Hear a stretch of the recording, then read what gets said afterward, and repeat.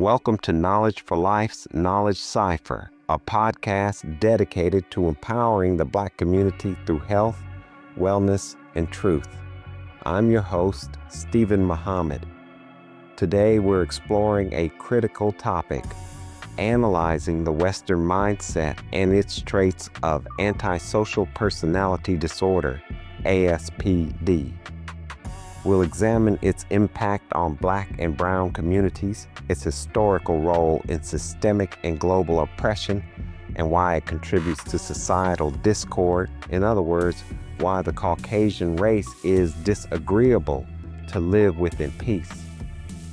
Before we begin, make sure to subscribe to our podcast, share this episode with your family and friends, and spread the knowledge on social media. Let's build together. Have you ever noticed how Blacks who are creative, conscious, and innovative, whether they be inventors, activists, or artists, often become targeted by white society for destruction? That's because antisocial personalities are threatened by the light in others. Throughout history, Black innovators have been systematically suppressed. From the theft of inventions by Black inventors to the sabotage of Black towns and villages, like Greenwood, aka Black Wall Street, Rosewood, Florida, Syracuse's 15th Ward, New York, and Durham's Haiti community, and many others. The pattern is clear. The brilliance of Black minds has always been feared and met with opposition by the dominant white establishment. A common trait of antisocial behavior is aversion to genuine help. Rather than supporting efforts to uplift communities, white-led governments, institutions, and corporations back destructive initiatives masked as assistance, regardless of what they called it.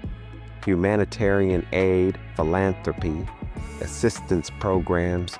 Many of these initiatives not only failed to achieve their intended goals, but exacerbated existing inequalities.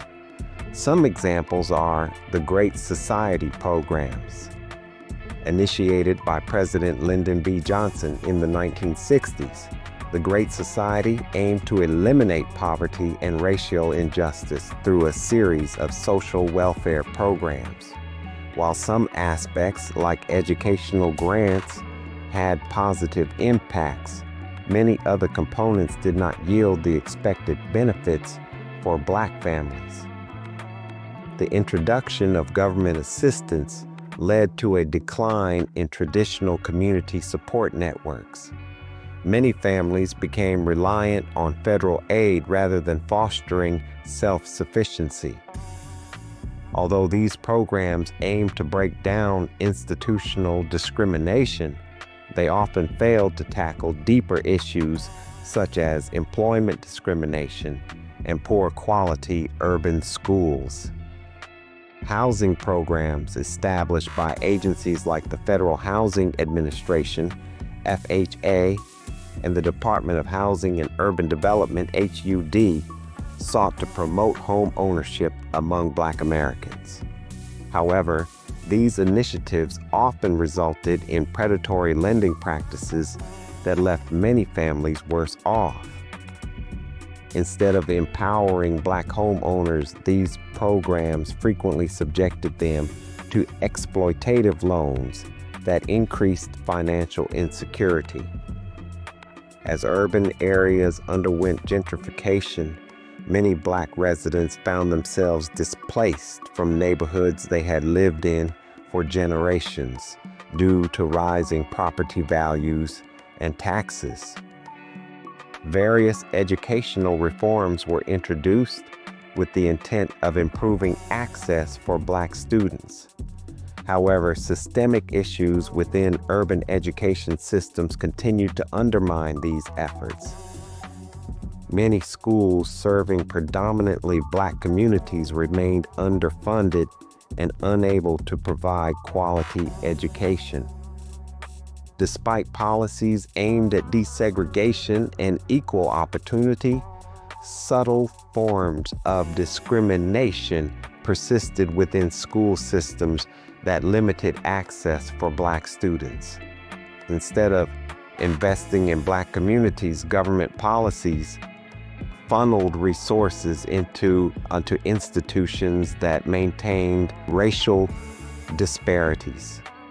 White antisocial personalities, which is the dominant personality among whites, often act out of fear and envy. They view others as threats, leading to irrational persecution. Consider the historical witch hunts that have played out in different ways, from the violent policing of Black bodies to modern-day surveillance and profiling. The paranoia that fueled McCarthyism and the targeting of civil rights leaders like Medgar Evers and Martin Luther King Jr., to Black empowerment groups like the Black Panther Party for Self-Defense, SNCC, Student Nonviolent Coordinating Committee, and CORE, Congress of Racial Equality, to the Nation of Islam, was rooted in an irrational fear of empowerment and justice. Willie Lynch, a British slave owner in the West Indies in 1712, stated that by reversing the positions of the male and female, as he called us savages, they would create an orbiting cycle that turned on its axis forever unless a phenomenon occurred and reshifted the positions of the male and female savages. His experts warned about the possibility of this phenomenon occurring, for they said that the mind has a strong drive to correct and recorrect itself over a period of time if it can touch some substantial original historical base.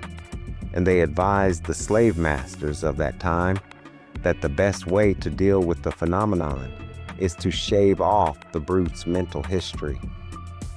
Two persistent themes in white America have been the dismantling of the Black family and the erasure of Black history. Initiatives aimed at empowering and educating Black communities often face opposition. Why?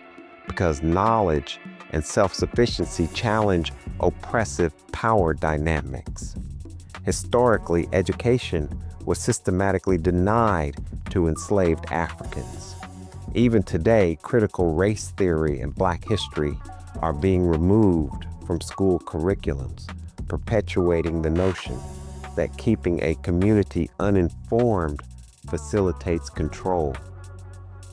Despite holding irrational beliefs, the majority of whites with antisocial tendencies often appear logical and convincing.